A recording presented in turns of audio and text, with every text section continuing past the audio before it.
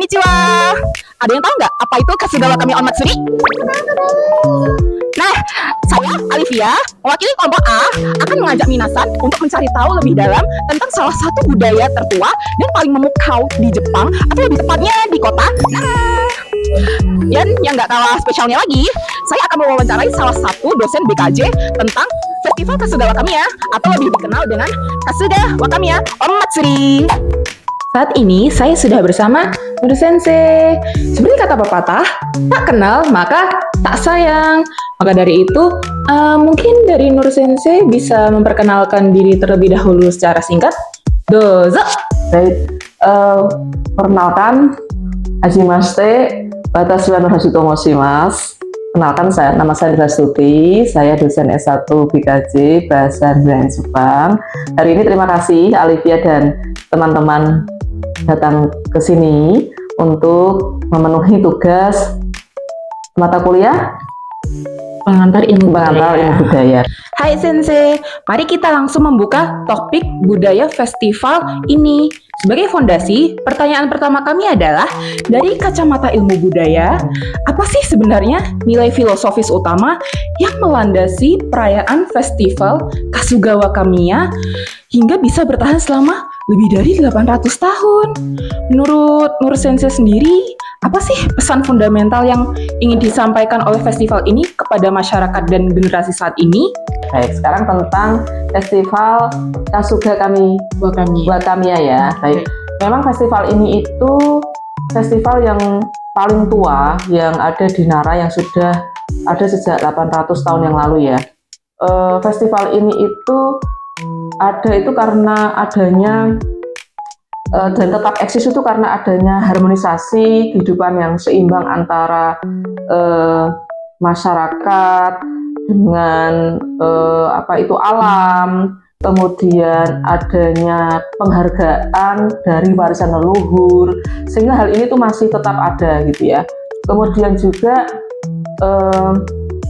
festival ini tuh sendiri kan festival yang dimana itu untuk mendapatkan keberkahan dari penyajian terhadap para dewa, untuk supaya mendapatkan hasil yang melimpah, terutama para petani pada saat itu ya. Oke. Kemudian tadi pertanyaan selanjutnya apa, pesan? Menurut Nur Sensei sendiri, apa pesan fundamental? Pesan fundamentalnya itu sendiri tadi adanya hubungan religis ya, atau spiritual, kemudian adanya harmonisasi keseimbangan sosial antara masyarakat dengan alam, dan menghargai peninggalan leluhur, sehingga hal ini itu menjadikan kehidupan masyarakat Jepang itu seimbang dalam menghargai alam, dalam menghargai peninggalan nenek moyang, sehingga masih eksis sampai sekarang gitu. Mungkin untuk orang Barat lebih seperti stereotip orang Asia yang sangat mengingat leluhur mereka. Betul ya. Dengan mengingat leluhur kan kita menghargai peninggalan nenek moyang yang sudah ada ya, sehingga tidak lupa dari mana kita berasal. Hal itu sangat penting agar peninggalan dari leluhur itu mampu menjadikan kita tetap menghargai apa yang menjadi warisan lokal suatu bangsa gitu. So desu ka. Hai, arigatou gozaimasu. Hai Sensei, setelah kita memahami akarnya ya, sekarang kita bergerak ke intinya, yaitu ritual di mana festival ini tuh terkenal dengan tarian dan musik kunonya ya. Nah, pertanyaan kami yang kedua itu, festival ini terkenal dengan rangkaian ritual dan seni pertunjukannya yang lengkap, seperti tarian bungaku dan dengaku. Bisakah Sensei jelaskan apa makna simbolis yang paling penting di balik penampilan seni-seni tradisional tersebut? Dan apakah perannya itu hanya sebagai persembahan atau ada peran edukatif dan sosial lainnya yang lebih mendalam? Baik, tadi ada penyebutan istilah bungaku dan dinggaku. Bungaku sendiri itu kan tarian istana, sedangkan dinggaku itu kan tarian untuk petani, ya. Jadi di sini itu memang festival ini tuh festival yang suci untuk dipersembahkan untuk para dewa, karena orang Jepang itu sendiri kepercayaannya kepada dewa-dewa Shinto, ya. Dan hal ini itu tadi seperti yang saya jelaskan sebelumnya, memang ada hubungan di situ, ada harmonisasi keseimbangan kehidupan di mana mereka menghargai alam itu sendiri yang telah memberikan mereka hasil untuk para petani panen dan sebagainya. Kemudian kepada para dewa, ya spiritualis itu bekerja sama dengan baik gitu. Jadi kehidupan yang seimbang antara sosial, antara spiritual, antara juga alam itu berjalan dengan baik gitu.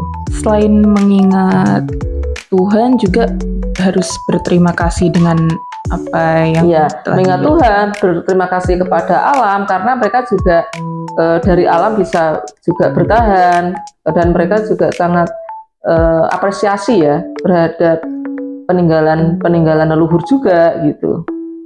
Walaupun kehidupannya modern gitu, tapi mereka tidak meninggalkan apa yang menjadi warisan leluhurnya. Seperti kata Soekarno, jangan sekali-sekali melupakan sejarah. Betul sekali, tepat itu. Yang terakhir ini Sensei, kita akan membahas dampak festival ini pada identitas dan kebudayaan Jepang. Nah, pertanyaannya adalah, melihat festival ini terus dipertahankan secara konsisten di Prefektur Nara, bagaimana Sensei menilai peran Kasugawa Kamiya Omatsuri ini dalam membentuk dan mempertahankan identitas kultural masyarakat Nara dan Jepang secara keseluruhan di tengah arus modernisasi saat ini? Ya, mereka mempertahankan culture ini atau festival ini itu kan setiap tahun diadakan, ya, sehingga hal ini itu mempertajam rasa bangga sebagai cerminan identitas suatu bangsa, terutama kalau di sini kan kota Nara, ya, yang dikenal sebagai kota atau tempat yang peninggalan sejarahnya itu sangat banyak. Apalagi tadi festival ini sudah 800 tahun yang lalu. Bagaimana mereka dari sekian ratus mempertahankan di tengah-tengah modernisasi yang luar biasa saat ini, tapi mereka bangga akan hal itu, sehingga hal ini itu akan memberikan hal positif bagi penerus atau generasi berikutnya, bahwa nenek moyangnya itu ada dan meninggalkan peninggalan yang ternyata mendunia dan mampu memperkuat identitas bangsa tadi, di mana mereka kehidupannya harmonis, penuh kedamaian, ketenangan, yang hal ini bisa dicontoh untuk generasi saat ini, menghargai apa yang menjadi peninggalan nenek moyang dengan cara harmonisasi kehidupan sosial, baik dengan alam, baik dengan dewa yang mereka percaya. Baik, Sensei, sungguh perspektif yang sangat mencerahkan ini, Sensei.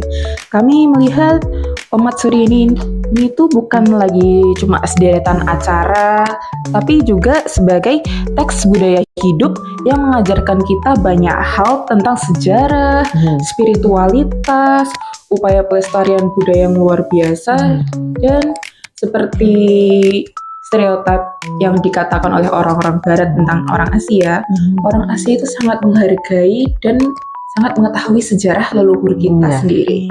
Hai Nur Sensei, atas nama kelompok A, kami sampaikan terima kasih yang sangat banyak. Domo arigatou gozaimasu. Dan juga terima kasih karena sudah meluangkan waktunya di tengah-tengah hiruk pikuk perkuliahan. Ya, sama-sama. Dan juga terima kasih karena sudah membagikan ilmu dan perspektif berharganya, ya Sensei. Ya. Dan untuk minasan, terima kasih banyak sudah menyimak obrolan insightful kami. Sampai jumpa di pembahasan budaya menarik berikutnya.